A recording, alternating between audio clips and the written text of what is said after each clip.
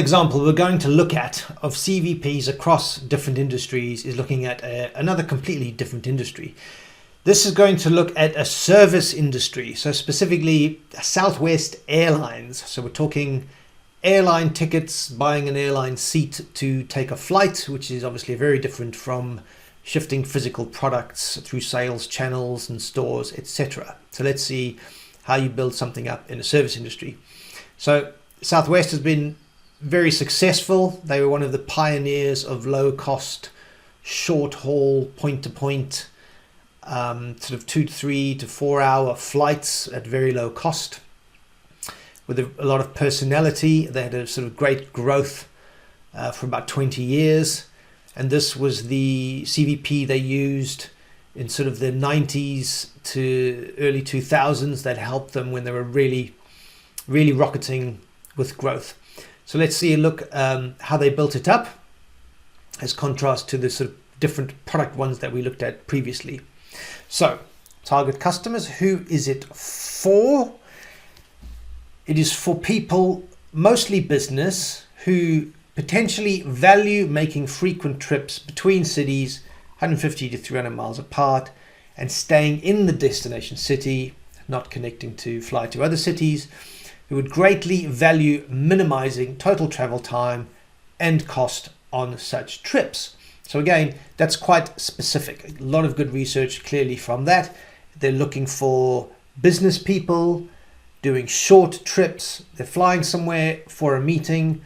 They stay overnight for the meeting, either the same day, have the meeting, and then stay late, fly back, or fly in early, stay, wake up nice and fresh, have the meeting, fly back the following day after the meeting.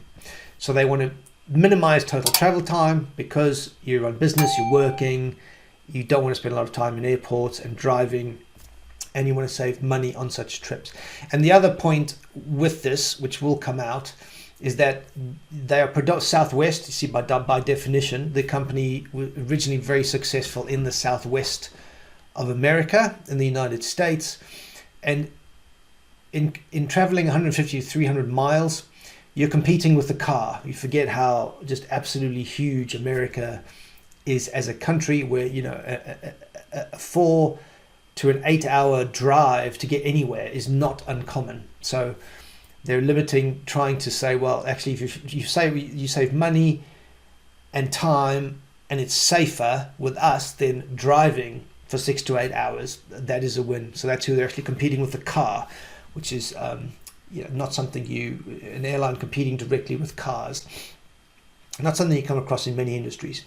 So they're very clear on their target customers, very, very clear on their profile. So that's who it's for. And these people who want, rationally, they want frequent, reliable departures. Again, business people, you need to be there on time, normally for meetings. So you need to leave on time and arrive on time. Very low ticket prices, point-to-point routes, refundable ticketless flight. Again, simple purchase and flight plans, and safety through standardization. You don't want to cut corners. As soon as you start saying, especially with airlines and flying, people still have an irrational fear of flying, even though it is by far the safest form of travel. Statistically, you are more likely to get killed walking out of your house and crossing the road and certainly driving a car, then you are much more likely to get killed getting into a car than getting onto a plane. But still, we have this irrational fear, many people. So when you talk about cost saving and very cheap, you also have to immediately, with planes, say we are still safe. We maintain the highest levels of safety. And one of the ways Southwest did it is standardization. They use one plane type, which means all of their people are trained on the same plane. It's standardized. There's no difference jumping to different plane types. And that's how they keep it super safe. So that's lots of rational benefits. Emotional, I save travel time door to door. I'm as safe on the safest airlines that charge a lot of money. And I get to save money. I'm less exposed to danger than in driving, and I get there with less hassle. So what I was just saying, it's safer than driving. And it's less hassle. If you're driving for 6 to 8 hours and you hit roadblocks and bad traffic and you meet road rage, it's stressful. Once you're on a plane and you don't mind flying, the stress is gone. So that's the features, the benefits. Rationally, easy to travel, safe, short haul flights, low prices. Emotionally, I save travel time from door to door versus if I get in and drive, even when I go to the airport and catch a taxi on the other side, it's faster. I save travel time. It's safer than driving. So emotionally, I'm doing the right thing for myself and my family and keeping myself safe. And I get to save money. So I get to save money for the business I work for. And if it's your business and you're an entrepreneur and you have people working for you, you get to save money. And your staff get to save money if they're traveling. So it saves the business. So win-win-win all round. Reasons to believe. Because, so basically there's three: the save travel time door to door, low ticket prices, and safety. That's already come out super clear. But what are the proof points to prove these? Because save travel time, because we always fly direct. It's all point to point. We don't hub, which means we go to one and then we take another flight, connecting flight to go somewhere else. They always just go from where you are direct to the airport you want to go to. You wait less than 30 minutes for the next flight. So there's high frequency. These things are coming like buses and they're always on time. Delayed arrivals on less than 10% of trips. So this is the data backing up saying that, we have scheduled and we're always on time and you don't wait less than 30 minutes. There's no delays from reserved seating, food service, inter-airline bags and tickets, and they use the same planes. There's less maintenance. There's no connections. There's no secondary airports. It all equals less traffic. So that's how they chop out all the inefficiency and delays that happen with airlines. They also spend under 30 minutes surface travel to from the airports. They operate from secondary airports, so it's closer to working from home. You spend under 15 minutes within the airports. Again, smaller airports, it's quicker to park, walk in, get through security, shorter walks, shorter bag weight, shorter check-in. There's no bag transfer. So if you under 15 minutes within the airport and then under 30 minutes surface travel to and from the airport, it's already saving a ton of time. So that is all the proof points because they save time door to door. The reason to believe on low prices, other than actually the low price itself, is you only sit in economy. So there's no business class, there's no first class, and it may be an uncomfortable seat. And when you're in an uncomfortable seat, you're like, well, yeah, that's because it's a low price. So they're not paying for all these plush seats and all the stuff that goes with business class. You don't eat either. They don't offer you food, and you don't check your bag. It's carry-on bags. So you walk in, you have to keep your bag with you the whole time. You have to lug it around. You put it in the overhead compartment yourself or under your seat, and you don't get served food. And therefore the prices stay low. It's a bit like the IKEA one in the previous example. You have to do a lot of the stuff yourself. Now you check yourself in online. It's all ticketless. It all goes on your phone. You don't deal with staff. You do your own bag. You go to the bag check-in. You print your own label. You put it on your bag. You keep it with you. And you put the bag in your overhead stuff. You get your own food. So all that is, they've cut all of that out as cost to the airline. So therefore they can give you lower prices than if you fly one of the big name brands, Delta, Continental, United, etc. And safety. They only use 737s, Boeing 737s, so it's standardized maintenance and parts benchmarked to the best in industry for safety. And personality, they do this by being warm, friendly, individually proud, and fun. So they also have in their CVP the fun part. If you look up some of their advertising online, it's always been like, has a fun angle. Proud. They've always gone down the route of like small family type company, family type company culture. We support each other a lot and we have fun. Their advertising is quite humorous in many cases. They're quite happy to poke fun at themselves. These days they'd make memes and happy to make their own memes about themselves and about their competitors. Don't take themselves too seriously, apart from safety, of course. So then let's zoom up. The proposition here is for the company and the brand. So here is the CVP sentence. We will do X for Y by delivering Z. They say, we will do high satisfaction flying for the nation by delivering time and money savings safely. So they've actually packed quite a lot in there. High satisfaction for the nation. Their target customers, you see, internally, they are really quite focused on they say mostly business, because that's what they know where their bread and butter is coming from. It's the 80-20 rule. Most of their customers will be business customers, but they're not limiting it to that. There's nothing worse than if you limit things unintentionally, and then people look at you. If they marketed to say, we are the business flyers airline for business people, and you're a student looking to get to college or just take a short break with your family, or just I want to go out, and you say, oh well, that's for business travelers, that's not for me. You don't want to exclude people. So internally they know that they want to be really dialed into business people, but then with their advertising, a lot of the advertising will show business people, but they will also have families and students and just regular people, military people. It's for everyone. They don't want to exclude people. So that's why they say the nation. The offer is open to everyone, and we do this by delivering obviously time and money savings. That's what people want. They want time and money savings when they fly, and of course safety is a non-negotiable. You have to be best in class in safety.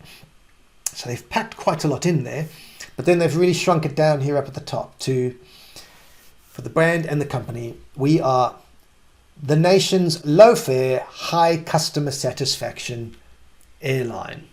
So again, similar to some of the other examples, the value for money, low cost is in there, but they've actually translated that into high satisfaction. So when they're talking about high satisfaction, what does that mean? It means value for money and time saving.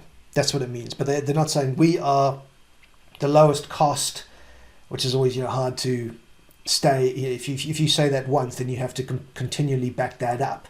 There's always it's a competitive market.